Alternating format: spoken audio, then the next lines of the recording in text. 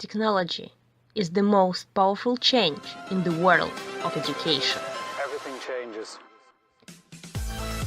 Welcome to the Emerging Technologies in Education podcast, delivered to you by Clever Books Company.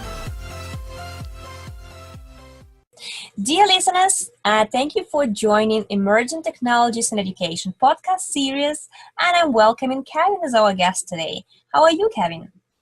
Great. That's brilliant. So I'm going to give Kevin a word so he can introduce himself and tell which country he's coming from and what he does in life. And Sure. My name is Kevin. Great. My name is Kevin Whaley.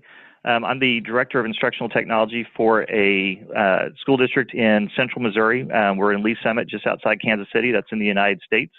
Director of Instructional Technology here encompasses several roles, including and most focused on the training of teachers to maximize technology use in their classrooms. And so I work with a team of 4 instructional technology specialists who help train our 1,300 or 1,400 teachers in our school district to better use technology with all of our students. In our district, we have roughly 18,000. Also, 2 or 3 years ago, we started a program called Connect to Learn. Connect to Learn provided a Chromebook for every single one of our students K through 12. So we are a true one-to-one classroom environment across our entire district. So a lot of my role is helping integrate a lot of that technology for kids. Oh my God, that's a lot of work you do. Impressive. And it's great. Yeah, we have a great team. Yeah, but still, it's massive numbers out there, and I think it's brilliant what you're doing. So, and I would say that judging from what you just said, you are totally into using technology for education, right? Correct. Perfect. So maybe you can tell us a little bit more than what kind of technology you think is going to be good for educational purposes, so using the classroom, and why, and feel free to give the examples. Sure. I think for us, we've realized over the last, and again, we're in actually year 3 of our one-to-one. We're really starting to focus in on not being about the tool, not being about the website. We're really trying to focus in instead on what are we asking students to do with the technology. We are big proponents of the SAMR model. That's substitution, augmentation, redefinition, and modification. That's something you can find online very easily. And we're asking our teachers to at least dip their feet in the SAMR pool, be somewhere along that continuum. Along with that, kind of going back to that pedagogical belief of using technology not just for the sake of using technology, but instead using it with a purpose. What are those activities that you can do that you couldn't have done without the technology? A big part of this too is we're getting really good at educating our students about being safe digital citizens, being safe online, really that overarching life skill of, I have this accessible to me.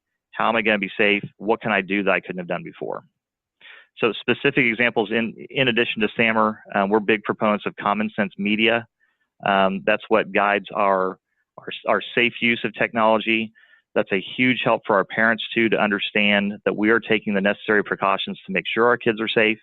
It also helps our teachers along too, finding safe activities, finding safe ways to use the technology. And it really helps, I think, bring the full package together as a learning community from our parents to students to administrators and teachers. That sounds brilliant. And I think it's actually good, like you're given the guidelines which direction to go, but you do not concentrate on any specific tools, and rather than let them explore the area you teach, and you kind of give the guidance on why it's good for them to go there, right? Absolutely. And then I would also add too, and again, it's not necessarily about the device or the tool or the website. But in addition to SAMR, we take a big focus on the 4 C's. The 4 C's: creativity, critical thinking, collaboration, communication. We work with each of our buildings.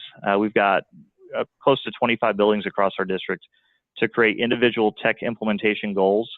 And a lot of those buildings pick one of the 4 C's they really want to focus in for the year. So for instance, if we had a building say they want to focus on integrating technology that will help students with critical thinking, our team works with those buildings to help locate some resources, design activities link back to the curriculum, and kind of bring all that back together again to make sure we're working on a common goal related to whatever the focus is.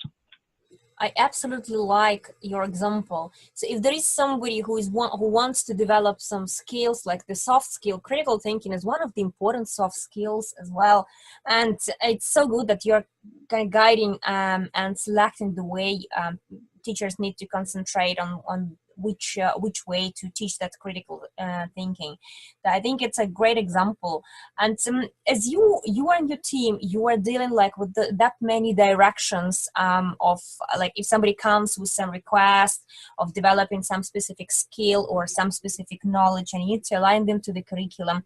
How do you keep yourself up to date with the technological trends and educate yourself or give yourself, for example, like information feed in order to be able to advise somebody? Absolutely. That's a great question. Between our team, which is made up, again, of our 4 instructional technology specialists, as well as myself, we invest a lot of time, and I'll just focus on the 4 of them.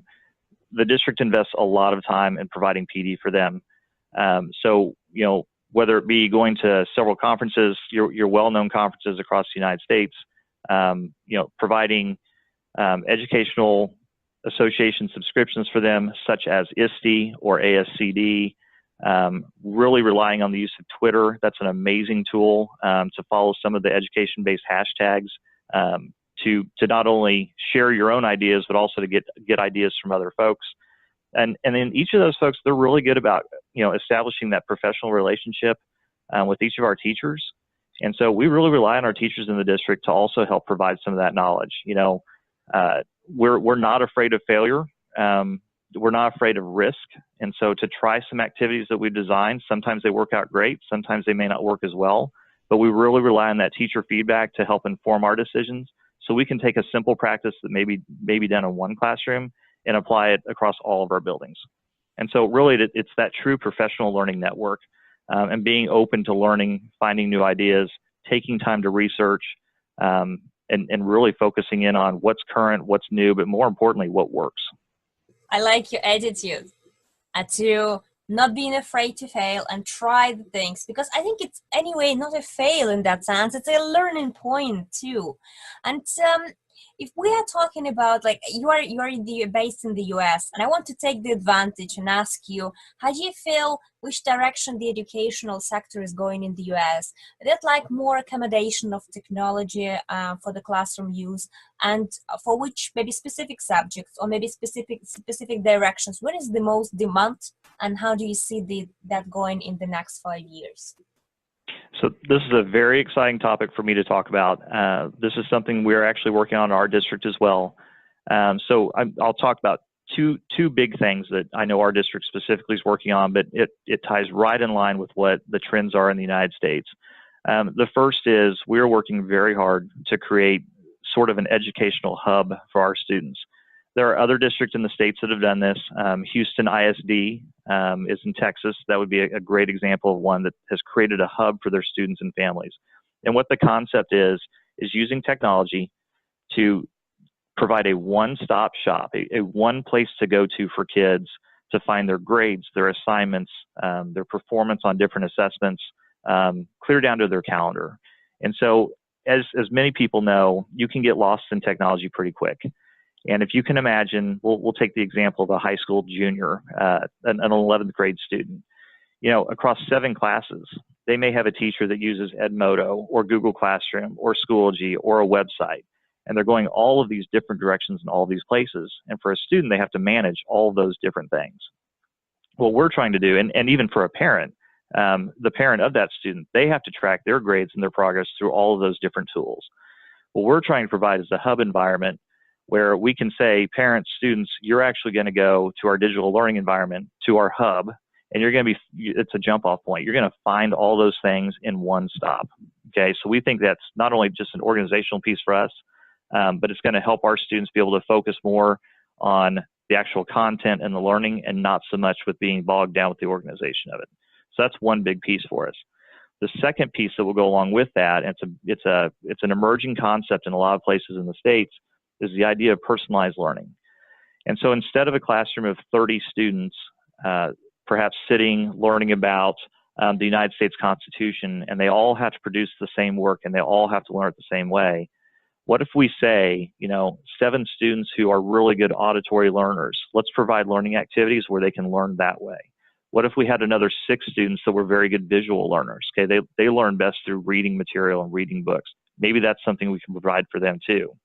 But more importantly, as they learn the initial activities, they learn the initial content, and we assess them, we do a formative assessment to determine their level of learning, we can use that technology now to say, for the 4 people that master the content, let's use the technology and provide enrichment activities, okay, so they can run higher. And let's take the 7 students that didn't master the content and let's provide remedial activities to catch them up, okay? So we can leverage technology to differentiate that instruction and provide a very, very personalized environment for each of those kids. So not only are they engaged, but we also know that they're learning and probably even extending their teaching beyond what we had hoped to accomplish initially. And personalized learning, want to add that from my side, is actually a vital topic, I think. And you're so right telling that, some kids are good in one thing, some kids are good in a different thing. And we can't actually ask them to do exactly the same task, because then we're going to be judging fish by its ability to fly. And I think it's really good that thanks to the technology, we have this opportunity to hopefully have in the future more diverse approach to learning, more personalized learning to the students we have in the classroom. Absolutely. Yeah, and I want to have I have one question to you. So you obviously into technology for education. You're totally for it, researching and doing a lot of things in order to implement that, which is absolutely fantastic. And I think it's a great job you're doing. But sometimes we meet people who say, no, I think technology is not for the classroom. It should stay outside of it, and I am for traditional way of teaching. Do you encourage those people to change their mind? And what do you usually reply to them? So that's a good question. In every organization, whether in any topic, whether it's technology or a new curriculum or a new model for teaching, let's say math, you're going to have that spectrum. You're going to have those early adopters who jump on board and really run with it, and you're going to have those that come on board a little bit later. The way we support our teachers that say what you just did, technology is not for me, I don't see the use, or whatever that may be. We really believe in organic growth in the district. We believe that, if we can show by example and we can show results based off our data, our assessment points, all those things, if we can show a particular piece of technology works, you can generally get those people on board. They'll see the results, they'll see the success. And in general, all of our teachers, they want our kids to be successful, and they'll do whatever they can to provide that. Now, on the other hand, we also embrace the idea that, some things you just can't do as well with technology. Okay, so maybe sometimes, a traditional reading or a traditional way of taking notes on paper, pencil, perhaps journaling, those are all things that are okay too. And our district really encourages balance. We never want to see a day where a student's coming to class and they spend 7.5 or 8 hours a day sitting in front of a computer screen. You cannot replace good teachers. And so really, we embrace those folks that say, hey, this technology thing is not for me. That's okay. As long as they can provide the results using the more traditional techniques that they want to use. Again, it's all about balance, and it's all about supporting both sides of that spectrum.